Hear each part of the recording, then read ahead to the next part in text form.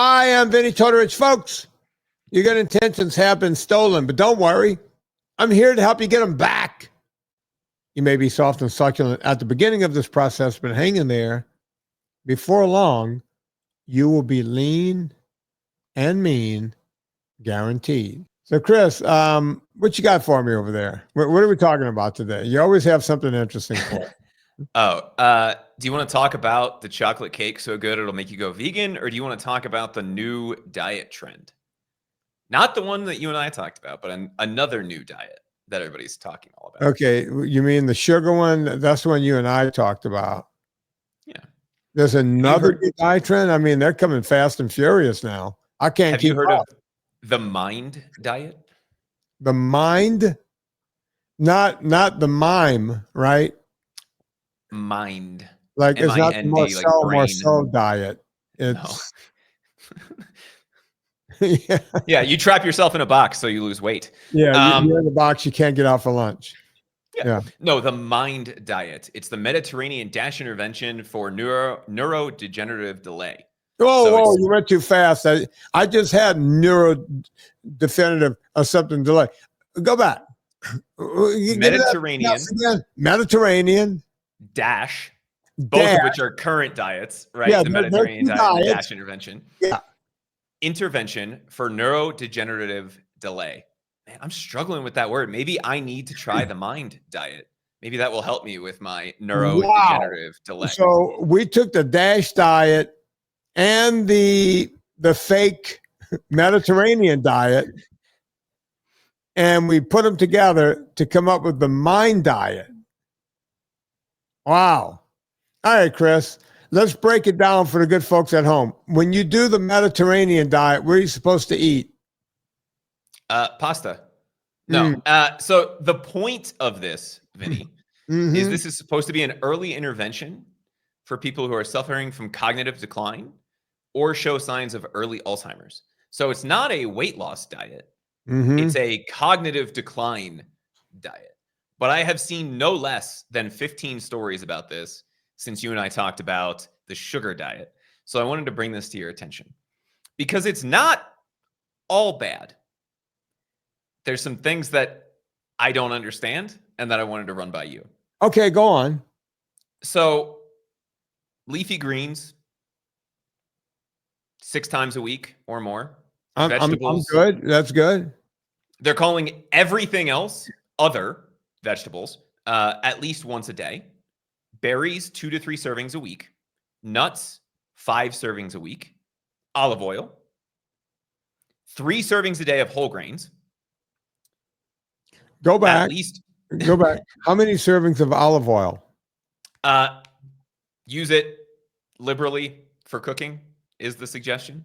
Okay, I can do that. 3 servings of whole grains per day, and I think this is where I'm going to start to lose you.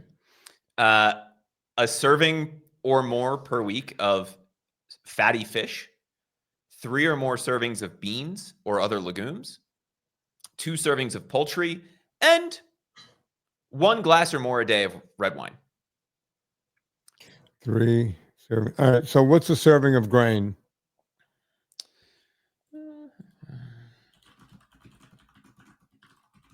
According to this diet. That's what I'm trying to find out because they're just calling it 1 ounce equivalent. So a slice of bread, a half cup of cooked cereal, pasta or rice, or 1 cup of dry cereal. Because people who aren't smoking weed definitely eat cereal straight out of the box. Okay. So 3 grains, and you said how many beans or legumes? 3 servings a week. Or was that per day? Because the grains were 3 servings per day. Yeah, so the thing they're recommending daily are at least 1 serving of other vegetables. Olive oil, because they're saying that's basically the only fat that you should use. And then wine. They're saying you should have 1 glass of red wine per day. Okay, grains. They want you to have grains 3 times a day. 3 times a day. Wine every day. Leafy greens. Basically every day. They said at least 6 times a week. Okay, so that's let's call that every day. And then other vegetables. So that could be anything. Anything that's not a leafy green. So it's nothing but carbs on top of carbs on top of carbs and then some fish. Is that what I'm hearing? Chicken or other poultry 2 times a week. Fish, at least 1 serving a week. How much and then red here's meat? Any red meat? less than 4 times per week. Less than 1 tablespoon a day of butter or margarine, because apparently those are the same thing. 1 serving a week of cheese. Less than 5 servings of pastries or other sweets. And 1 or fewer servings of fried or fast food. Did they just sit around and put a hodgepodge of things together? The first, well, I mean, they literally smashed 2 diets together, so yeah. But so look, I'm sitting here writing. I was trying to write it down as you were going. How confusing is it? Where in some cases you're giving people what to do per day, and then other times it's per week, and this is 2 times a week. That's 3 times a week. The other thing is 4 times a week, and then you start asking, look. I'm confused and I wrote it down.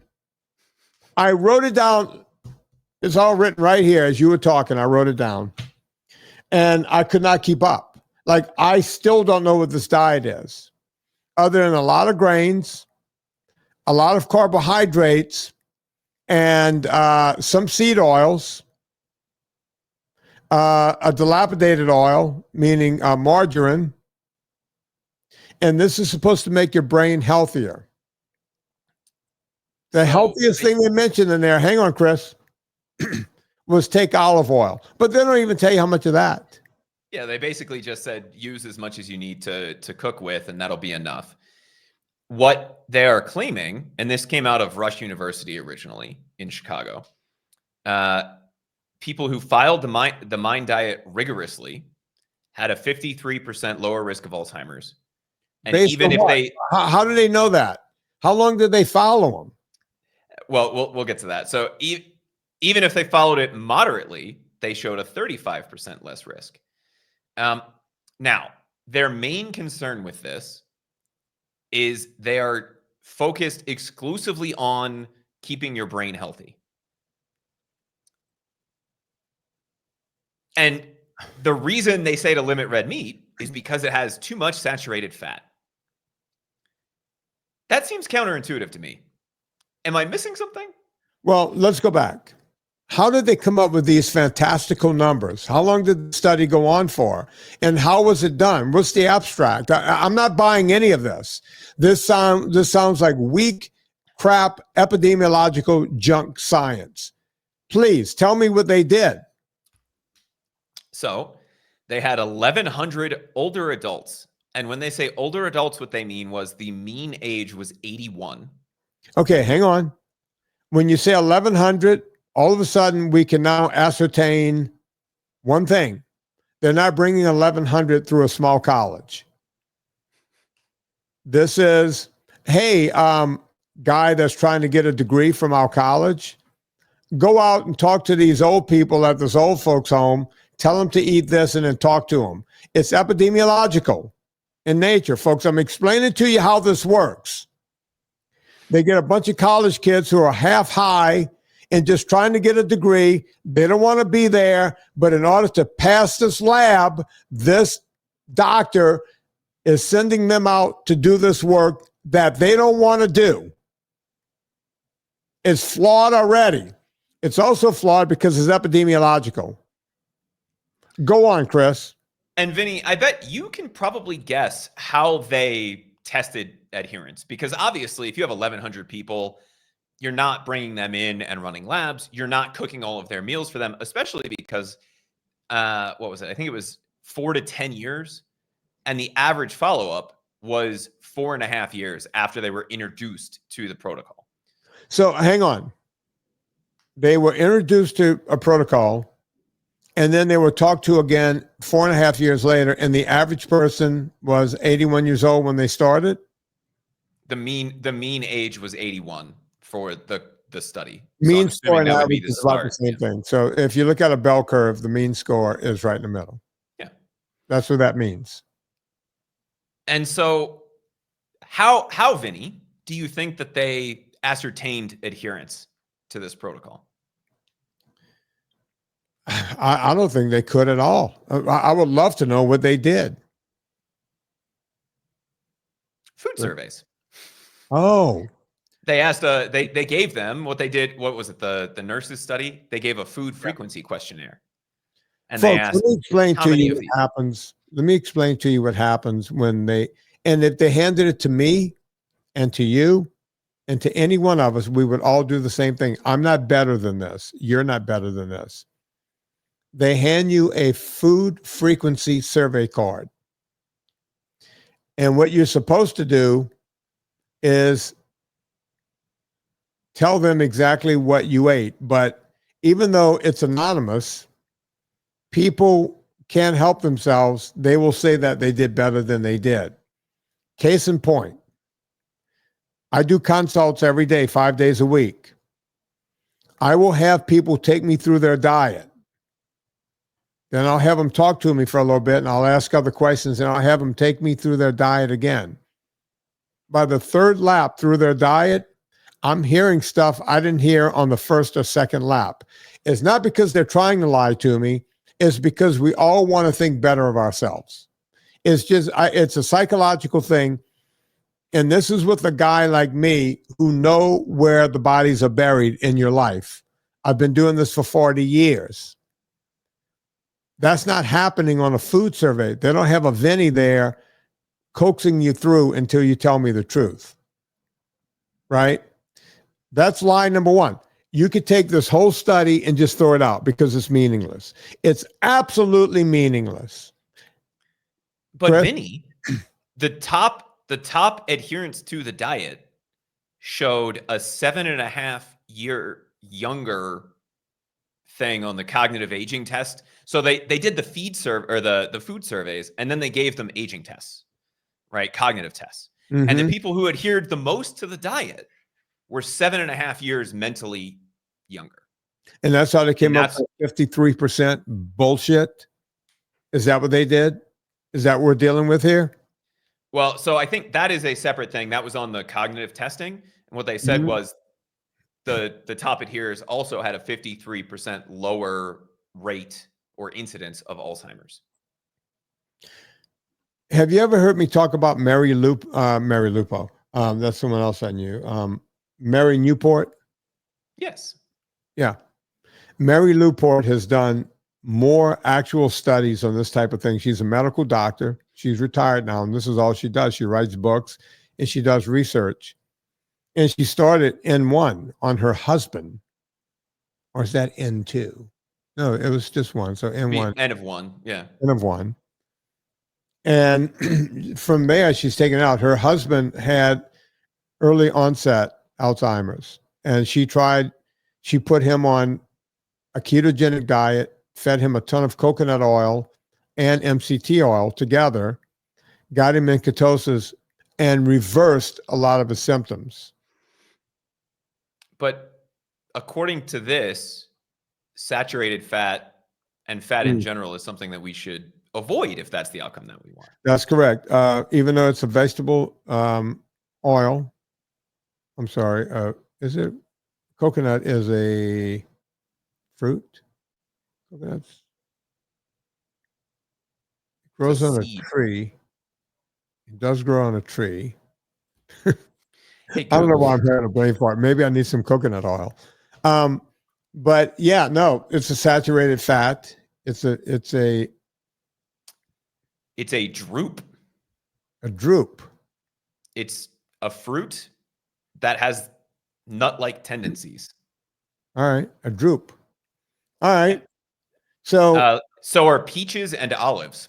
And by the way, palm kernel oil works the same way. It's a medium chain triglyceride. It raises your level of ketones in your blood if you eat enough of it.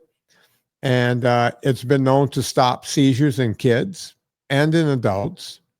It can completely reverse seizures in kids. to where if they stay on a ketogenic diet for 3 or 4 years, some of them can go off of it and never have seizures again. In the case of Jim Abrams' son, Charlie Abrams, the Charlie Foundation, if you have a kid with that, go check them out. Mary Newport did it with her husband, early onset. And then tons and tons of people, because of Mary's books and her findings, have been cured. Now, this is telling people to do exactly the opposite with some convoluted diet, 2 diets that were made up. First off, most people don't know this. The Mediterranean diet, it was made up out of whole cloth, because if you look at the Mediterranean Sea, there's so many different cultures that live around that ocean. It's a sea. So how many different cultures? You got Italians, you got Greeks, Spanish. You got Spanish. You go way around the other side, what, pieces of Africa maybe, right in that area? Yeah, I mean, you have Moroccan food. I mean, pretty much everything that you get as takeout that's not Chinese is some flavor of Mediterranean, right? Right. But so the fact that they call it a Mediterranean diet makes no sense, because no matter where you are in the Mediterranean, they eat different foods. I mean, if you go back to the Isle of Crete, and we've talked about this a lot, that's one of the areas that was used in a 7-country study. They eat more meat than anywhere else on the planet. But Ansel Keys went there during Lent on purpose. And the people of Crete all happen to be Christian. During Lent, guess what Christians don't do? Well, not just Christian, but Catholic, right? So yeah, Catholic. They don't eat meat during Lent. I grew up Catholic. You can only eat fish or something. It was like some version. So he looked around and went, all right, they don't eat red meat. He knew damn well that they just take a 40-day break every year from red meat. The other 326 days, these people go nuts on red meat. I did the math, Chris. Like they go nuts for they go nuts for red meat. Yeah. Okay.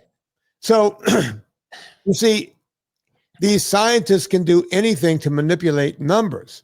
This is from the get-go. This is manipulated, folks. Trust me on this. This is all I do all day long. This is a bullshit diet. This is a bullshit result. And none of this really matters. I mean, it's not going to help you, Chris. So I did a little bit of digging, because when I looked at it, I said, okay, saturated fat, right? Your brain is what, Vinny, like 60% fat by weight? Yeah, and everything that comes in and goes out of it is reliant on cholesterol and saturated fat to make it work. Your brain and your nervous system really run on fat. Cholesterol is extremely important for brain health. So why are they ignoring this? And I looked back at some of the research that they did, and it turns out that they're basing it on the fact that there's a lot of high saturated fat processed foods. And so they wanted to cut out the source of saturated fat that most people were having. And they didn't bother to distinguish between a source. The saturated fat you're getting from your French fries at McDonald's is not the same as the saturated fat that you're getting from a grass-fed steak. They just threw the baby out with the bathwater, for lack of a better metaphor, and said, let's just avoid saturated fat, which, if you're trying to help somebody avoid brain issues, seems like exactly the opposite of what you should be doing. I'm all for cutting out processed foods. I'm all for the first few recommendations that they have. Should people have some more green leafy vegetables? By all means, if you like meat jewelry, go for it. Should you have some real vegetables? Yeah. Should you have some fatty fish? Absolutely. Should you have some poultry? Probably.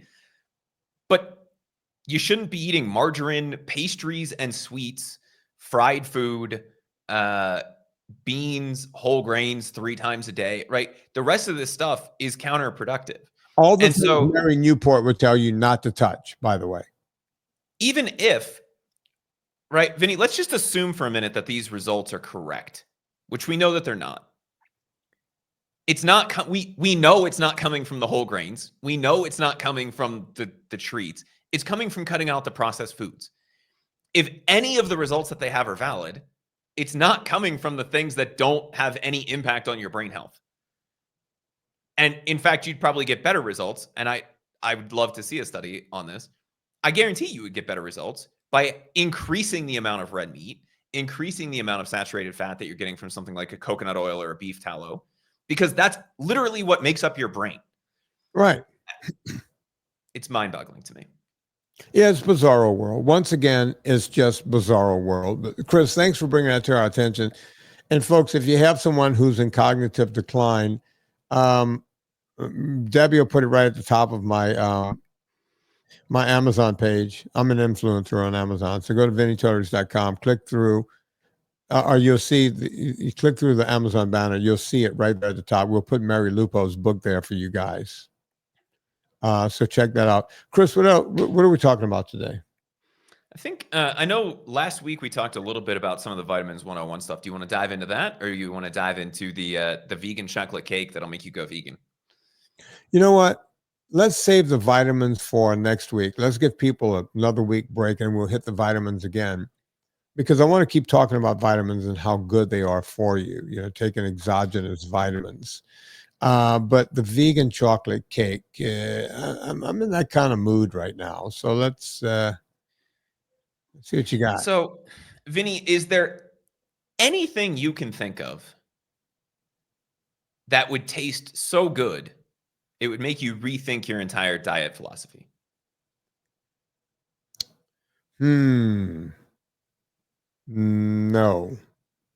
there's nothing, because look, I love chocolate. I love it. I think about chocolate all the time.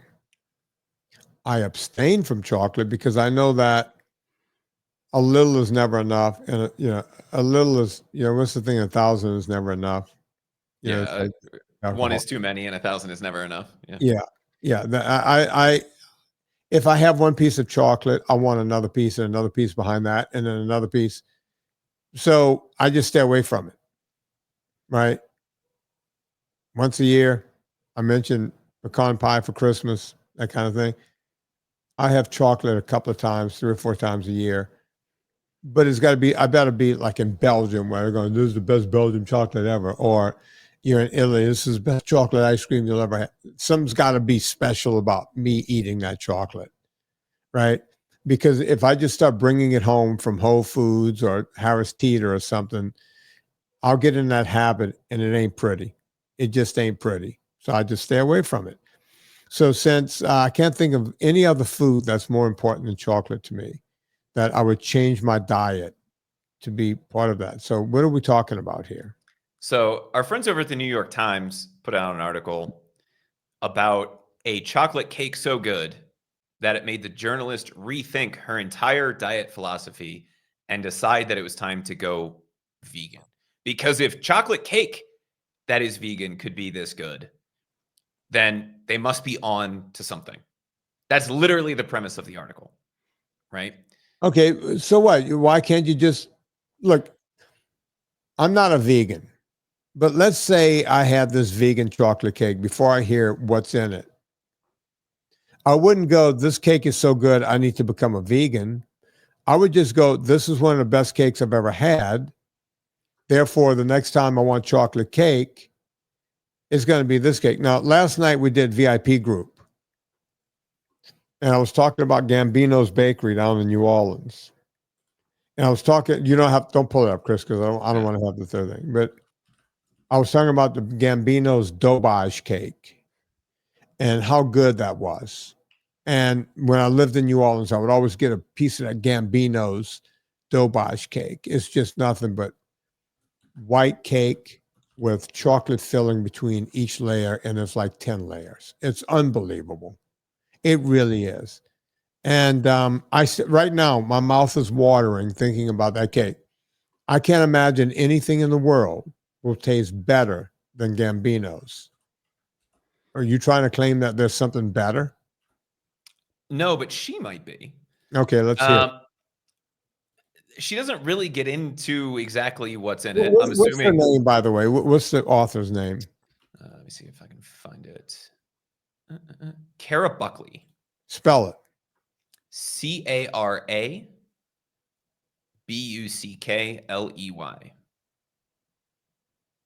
Okay, tell me all about Cara Buckley. So her normal beat, Vinny, is covering climate change. But she decided to write an article about this vegan chocolate cake because it made her realize that plant-based eating and being vegan is not just a great way to save the environment, that it can taste good too. Is she a blonde?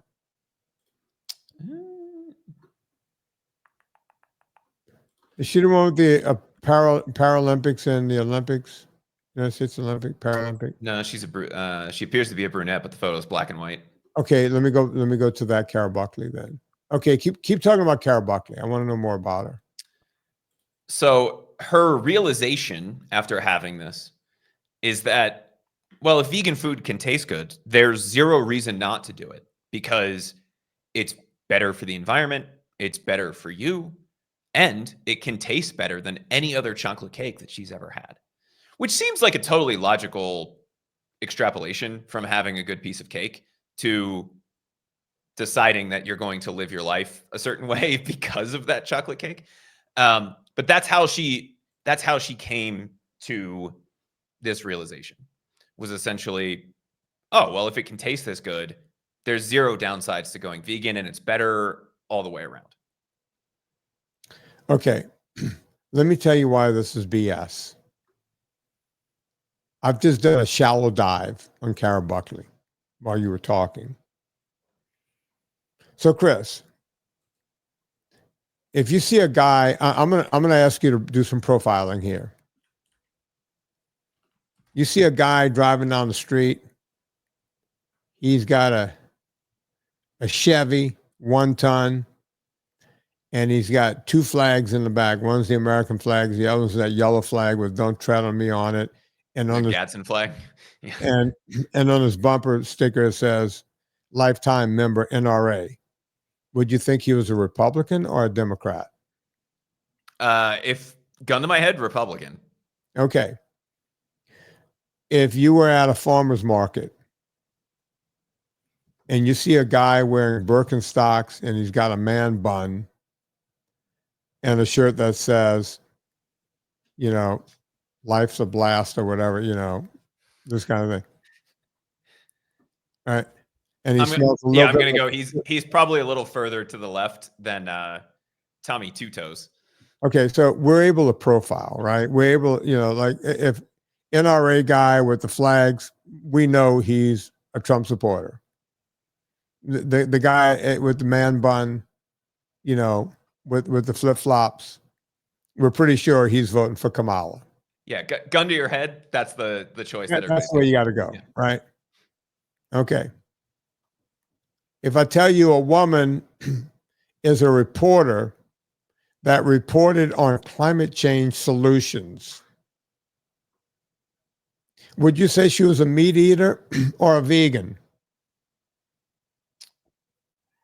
I would lean towards vegan, but that's 50-50, right? Right. But now, it's not 50-50. Is she a new reporter or is she an experienced reporter? Well, she's Cara Buckley, I could tell you that. She's a New York Times who wrote about working towards climate solutions, often at the community grassroots level and often the beaten path response to climate crisis, right? She's worried about climate. Now, is this woman a vegan, or is she joining Sean Baker down the "let's only eat meat" road? Which way is she heading, Chris? She's probably closer to Freely the Banana Girl than Sean Baker. Okay. So when she lies and goes, "I was just this normal girl." See, I was watching one of the vegan movies once. It's what made me actually do a documentary. And the guy goes, "Hey," he starts the movie. You see the movie. "Hey, bro, Dusky, my name is Kip," man bun, the whole deal.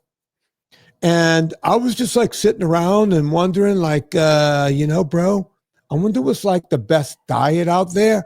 And I was asking a couple of people and they said, "Have you ever heard of the vegan diet?" And I was like, "What?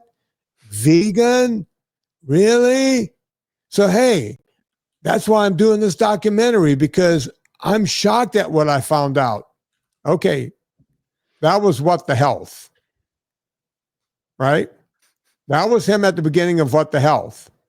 The part Kip doesn't tell you is before that, he did the one Cowspiracy. So he's in this movie, he's pretending that he didn't know anything about veganism.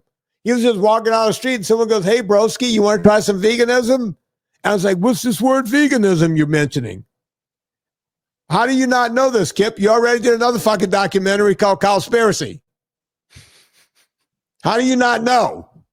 You see, don't try to bullshit a bullshitter, is what I'm telling you. Kara Buckley. By the way, Buckley and Buckner, pretty close. Guy who dribbled a baseball between his legs. You know that story? Bill Buckner? I know. You I don't know the who name Bill Bill Buckner. is. Look up Bill Buckner while I'm yelling about Kara Buckley. I know. I mean, I know the name. I know he was a baseball player, but Oh, he's the most famous baseball player that we'll never see. oh, you're talking about his error. Okay. Yeah. All he had to do was scoop one up and touch first base, and it would have been over with. Yeah. And instead, you go on to lose the World Series, right? Yeah, pretty much. So I don't want Kara Buckley to sit around here telling me, "Hey, I was just sitting around trying to figure out what's the best. This cake was so good, I became a vegan." No. No. If you drive an F-150 with the "Don't Tread on Me" thing in the back, I know that you're not voting for AOC. I don't have to wonder who you're voting for. Right? If you're at the man bun at the No Kings rally, I know you didn't vote for Trump. Right? There's certain things we know in life. Right? So here's the other thing with this, Vinny. One, she's been vegan since her mid-20s. Two, they've changed the article multiple times because even though the headline said the chocolate cake, the original, do you know what a meta description is? No. If I use that term. So you know when you go to Google and you search something and it's got the link and then a description underneath it? Yeah. The original meta description of the article said that it was a chocolate peanut butter cookie, not the cake. And then on top of that, we're saying, okay, the reason that we're going vegan is not because the cake was so good, but because it will save the planet. And I know you did an entire movie dedicated to this, right? But it is still something that is being pushed to this day, right? She said, "Oh, I've loved chocolate my entire life. You know, I went to the Cadbury factory and the Taylor's chocolate cake and all of these kinds of things." And I'm very sad that farm animals are hidden in cramped dungeons and have violent deaths. Okay, we agree on that. Yeah. I like chocolate. I think animals should be treated well. Yeah. How do we get from that to you should eat vegan because it tastes good and it's better for everything?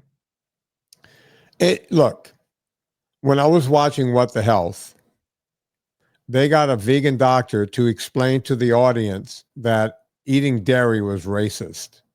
So, How do I not remember that from that movie? They found the one black vegan doctor. He says he was a doctor, but you got to always wonder because they say Michael Greger's a doctor, but he's not. And I could back that up. Anyone wants to come forward, I will show you that Michael Greger never did his residency. He cannot stand up on a plane and say, "I'm a doctor," if someone's got a heart attack. He can't. Well, he's a doctor, not an MD, right? It's kind of like Jill Biden, or it's like getting an honorary doctorate for something, or having a doctorate in English. Well, he went through all of his schooling, so he says that we know that part. But so look, this guy in the movie said there are some Asians in the world that if they drink milk, the lactose don't agree with them. Therefore, dairy is a racist food. How can a food be racist? A food. Does the food know that they're Asian? Apparently, according to this doctor, look, you're married or getting ready to marry a black woman, right? Have that woman look at that movie, Chris, and let me know if she, as a black woman, can understand how dairy is racist. She doesn't understand racism to begin with. I know. You and I had this. Yeah, this is so You cool. and I had this conversation Yeah. just because she's Latina, so it's not really as big of a thing. Right. And she nearly got me murdered in Miami for speaking Spanish, walking through a great. a not white neighborhood. Let's just put it that way. Because she's like, "What color is it?" Yeah. But I think the thing that doesn't make any sense to me is, how do we make that leap? How does someone, and she's clearly not dumb, right? No. She's won Pulitzer Prizes for other works that she's done. Right. How do you get so confined to this is definitely bad for your health or bad for your environment? Vinny, if a legitimate study came out tomorrow that said, here's something that grains will give you that no other food on the planet can give you, you would have to seriously reconsider your position on grains. Oh, I would come right on. The first thing I would do is verify, and then, call up the Tim Noakes of the world and the Eric Westmans of the world. As you know, I have a rogues gallery of the top doctors around the world. I would get all of them on the phone, right? Gary Fatke would be on the phone. Dr. Teichos would be on the phone. I would go Gary Taubes, and I would get everyone's consensus. Hey, this study just came out, says that we need grains for A, B, C, and D. What say you? And by the way, if it outweighs the bad, I would be the first one to go, hey guys, I've changed my mind on grains. It can do this. I would. I wouldn't just put my head down and go, no grains. No grains. None. Right? I will follow the real science, actual science. I will look at it and go, okay, we were wrong. We didn't have this information. Now we do. Certitude is always a place where, anyone who is just absolutely certain about everything and is not willing to change, I got a problem with that person. I'm willing to change. So let's make a direct comparison. Your beat as the host of this podcast is health and fitness. Yeah. Right. It's the reason we were talking about the mind diet, that we talked about the sugar diet. Yes, we poke fun at these things, but the reason that we talk about them is because it's new information in the space that we cover. Right. How do you get to a point where you are so locked down, right? Her beat is climate change. Right. That you ignore all of the science on one side of that debate and then give lifestyle advice to people to say, you should do this because it's better for you. It's better for the environment, which you and I could have an entire separate episode on that. Hell, you made a whole movie about it, right? I don't understand the blinders portion of this. Is it just that you and I go outside of the bubble, or is there something else going on? And I know it sounds like a conspiracy now, right? Like, is there a bigger thing going on? Or is it? I truly don't know. One of the first big time vegans that I became friends with in 1990 or 91 was an actress named Alexandra Paul. I love Alexandra. To this day, she helped me out when I first moved to LA. Folks, you may, if you don't know who she is, she was the sensible one on Baywatch. She was in a bunch of movies like American Flyers and a bunch of other movies. Movie star, entire life. And I had her sister on the show. Her twin sister was on the show not long ago. Her twin sister wrote a book. And I understand Alexandra's commitment to veganism. She, her sister, and her brother have made a life out of the things we talk about here. The first person I knew with an electric car was Alexandra Paul. back in Brentwood in 1991. She had an old Datsun. I want to say it was a Datsun. I can still picture it right now. The engine was taken out. It was converted to an electric car, and the batteries were just a whole bunch of like the batteries you see in a car nowadays. Just a bunch of them lined up. Someone built this whole thing, lined up all these batteries in the car, all around the car, and it all connected to this electric engine. And it was able to go around Brentwood. She couldn't really get on the freeway with it or anything. It went like 20 miles, and that was it. And she had to charge it up for another month, and she could go 20 miles again. People were doing that back then, right? Her commitment to that was pretty amazing. Alexandra would get locked up in jail because she'd go out on those PETA boats, or like her brother was in jail for months. He rescued some rhesus monkeys from a lab. They were serious. These people were serious. That's not the kind of Reese's I'd be rescuing from anywhere. No, I would be getting the chocolate Reese's. Alexandra was in a movie, a documentary called "Who Killed the Electric Car." There was a car called the EV that came out by, I want to say GM made it. The GM EV came out long before the Prius. And Alexandra had one. And by the way, you couldn't buy it. You had to lease it from GM and then give it back when you were done. And then all of a sudden, just like the car came, the OPEC nation shut it down. There's a whole documentary on it. And she was one of those people in the documentary. And I mean, this woman, friends of mine would say to me, she's kind of cute. Why don't you date her? It's like, because she's locked up half the time. The woman takes pride in getting arrested, right? I love people with that kind of commitment, right? She was committed to saving baby harp seals and rhesus monkeys and driving electric cars and not wearing, she didn't even have a leather belt. The woman had, everything was made out of something synthetic. I have absolute respect for that. She believes this stuff, right? And I agree with her on factory farming. And later on, in the early 2000s, I met a guy named Rich Roll.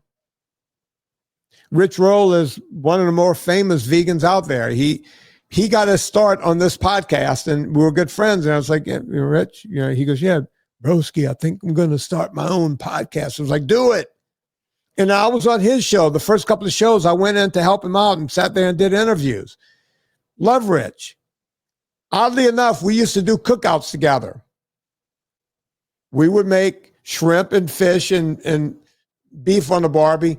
Then we had to scrub it down and then cook their vegetables for his family. And they would bring their own tofu and this kind of bullshit. Is it grilled watermelon? It was good. But, look, we did it all. They would have grilled pineapple. They would do all kinds of stuff. But we had respect. This is what they did. They weren't shoving it down everyone's throat. And Rich even said to me one time, I'm not sure that, because he was an athlete, that this is actually the best way to go. He was never really sure. He's still doing it, right? And he's a good guy. So I know some good vegans out there. People, you hate vegans and all this stuff. I didn't mean to go off on this tirade, Chris, but when I look at this person, Kara is like, this cake is so good, it made me go vegan. And then you do not even a deep dive, shallow dive, right? You get into the baby wading pool of Kara Buckley and you find out, oh, really? It made you become vegan? Because what I saw, you're the right winger driving a truck with the flag in the back. You're so vegan, just looking into you, I know exactly who you are. Climate change, this, that, the other thing. So don't bullshit a bullshitter. Chris? And it's not to say that any of those reasons aren't something to be concerned about. And I think that's where I wanted to land with this anyway, Vinny. We poke fun at people, we poke fun at studies, we do that, but we also try to pull out the places where there's a lot of common ground, right? Even looking at the Mind diet, there's a lot of good things in that diet. It's just outweighed by the crap. The sugar diet, there's nothing good about that diet, right? The mind diet, it's focused on eating real food at least, right? They got 90% of that right. The 10% they screwed up is a big screw up. But Chris, even if you do that diet and you do it with all real whole foods and you stay away from processed foods, you're 100% better than the average American. And that I think is the bigger conversation, right? Somebody like Kara is coming at this from the climate change angle. Okay, right. Cool. We need to understand that that's what it's not about being vegan. It's not about vegan food. It's about the climate change side of that. Now, she happens to be factually wrong about her basis for that, right? Factory farming is not better for the environment than raising animals and doing things the way we used to do things. It's right. Just not. Factory farming of animals, we can all agree, is a terrible thing. Some of the main tenets of the vegan diet, I'm not talking about your Oreos and fruit roll-ups vegans. I'm talking about your real whole foods vegans, right? We agree. You should be eating real whole food. That will get you most of the way there. The question is, where does the rest of it come in? And when we look at the science, it doesn't seem to fall on that side of the equation at all. And if for some reason it did, and you just said this, you would be open to adapting that as long as it actually plays out. Right. And the problem is that it's not optimal, right? Even if you're Alexandra Paul, who's now, she's my age, so she's got to be 63. And, you know, her body looks awesome, right? She's always been lean and mean. I think she's had some, and I think she's talked about this on the internet. You know, she's had some eating disorder problems and what have you. And my heart goes out to her. And I hope that she keeps that in check. But her whole thing, her whole life is to stay lean and mean. It would be optimal if she could get a little animal protein in there, right? Or at least if you're not going to do other animal proteins, because she was vegetarian most of her life. I think she had dairy and this kind of thing. It would be better if she was doing some of that, because dairy is kind of a cheat because you're getting animal protein and you're not, and I get it. Some of the factory dairy stuff, you know, I've moved on to, as you know, raw milk. Cows are walking around free, and small farm, right? So I get it. But, you know, even in Alexandra's case, she could probably, who's doing vegan at the highest level. You know, always look at my friend Lair Keith. What? Oh, he's at the highest level, and it made me think of, like, you know, okay, you have like your Fruit Loops and Oreos vegans, you have your standard vegans, and then you have super vegans, right? Like the people who get it. Yeah. She, like Rich Roll. I mean, they're athletes. They want to eat spot on. She was an ultra swimmer, and I don't think there's many of those in the world. The woman can go open water swim a gazillion miles. Much respect for her. So she's got to eat on target, right? And I think she gets most of her protein from pea protein and soy products or something. She's got to. I don't know exactly what she eats. I watched her make this vegan shake on the computer somewhere one night. I was like, okay, yeah, boy, if it only had some. She should probably add coconut oil to it, because she can. You know, I don't know if she does, but I'm watching her make this vegan shake, and it's like, it would be so much better if you had animal protein. And she just doesn't. You know, she does a lot with the soy. She's at the pinnacle. But even people like Lair Keith, who I'm very fond of, started having health problems because she was one of those vegans trying to do it to the best of her ability. She wasn't eating Oreos. She wasn't eating fruit roll-ups. She wasn't eating gummy bears. None of the stuff. But it caught up with her. It caught up with her health. Same thing happened to Dr. I used to have her on the show a lot. Can't think of her name right now. She was a blonde doctor. Can't think of her name. I should bring her back on if I can think of her name again. But she was a vegan, and the sicker she got, the more she doubled down on veganism, right? Until she couldn't do it anymore. She had to stop because it was literally killing her, folks.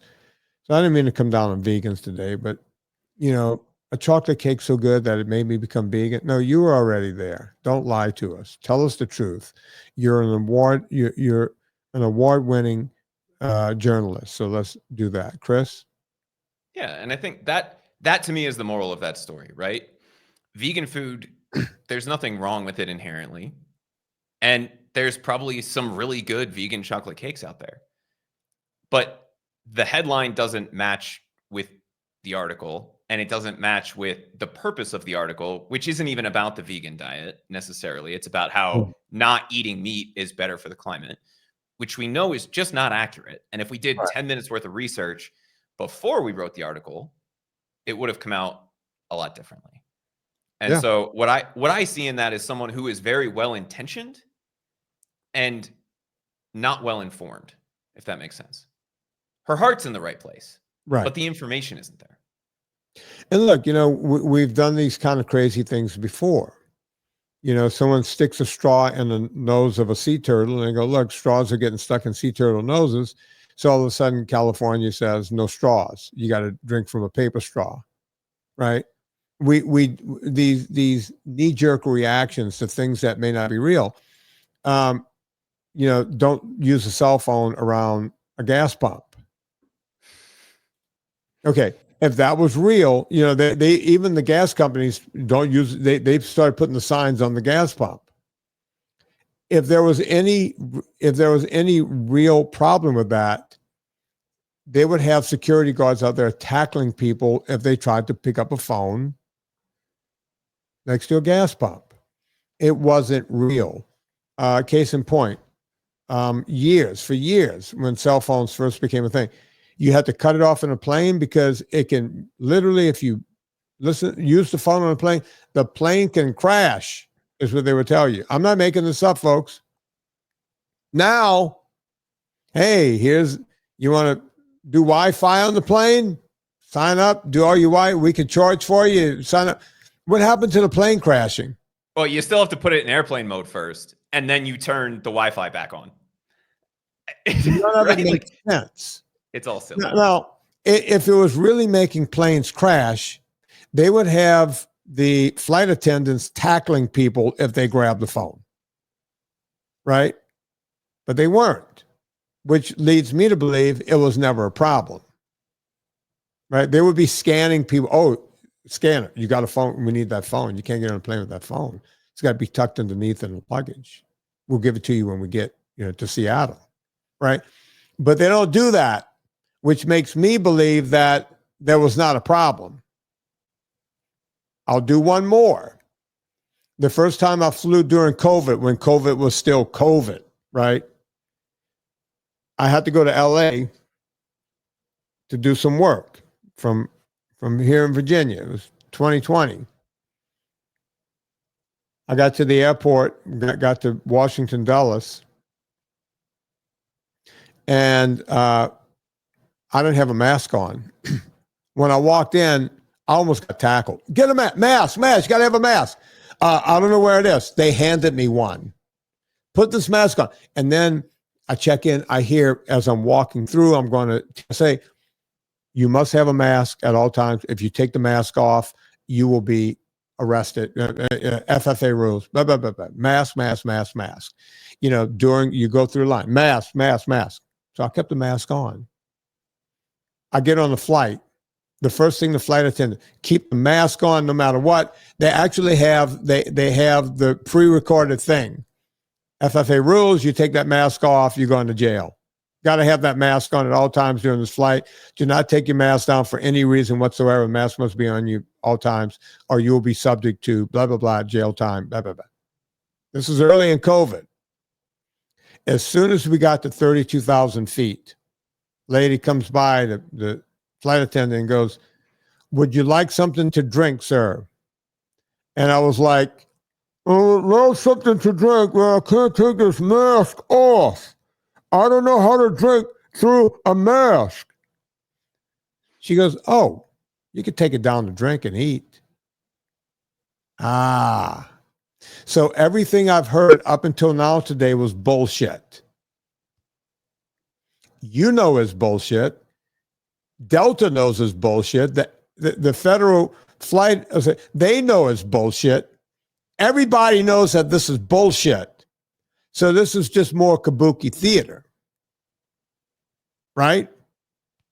You got to have your mask on. You got to follow the science unless you want to buy a sip of wine from us, right? And then she goes, would you like something to drink? And I went, nah, I'm sorry, nothing. The woman sitting next to me says, get a glass of wine. And I said, I don't drink wine, especially airplane wine. She goes, get a glass of wine. And I went, okay, ma'am, can I have a glass of wine? And then as the attendant went away to get me my glass of wine, she goes, as long as the glass of wine is sitting in front of you, you can keep the mask off. Science, I guess. Yeah. And it's the same thing here, right? We're putting the mask on and we're ignoring everything else for the sake of going through the theater. Yeah. So there you have it, folks. Chris, if people want to find the best coffee in the world, where would you go? Where would you send them for the best coffee in the world? purecoffeeclub.com. What's your favorite over there, Chris? I'm a fan of the honey process, although the double French is growing on me. The double French never fails to impress. It's so rich and so lush that I have to grind it a little bigger when I make espresso with it. That's how fresh and oily and great it is. I did follow your lead the other day. I put some athletic blend through my espresso machine. Boy, was that good. Did you get a nice little pre-workout? Oh, it's a pre-workout. Folks, the athletic blend is maybe, some people think it's the best coffee I make. You know, that's some people's opinion. It reminds me of community coffee down in Louisiana. I mix Robusta beans with the really good Arabica. So I have like a high-end Robusta mixed with Arabica. It raises the content of the caffeine by almost half more. And it's a pre-workout drink, but it's also delicious. So go check out everything at purecoffeeclub.com. That's about it. Rate and review this podcast. Before you go to VinnieTortorich.com, before you go to Amazon, go to VinnieTortorich.com. Click through the banner. It puts a little coal on the fire. It gets my train down the track. And we're able to keep this show free for a gazillion years in a row. On behalf of Chris Shaffer, my name is Vinnie Tortorich.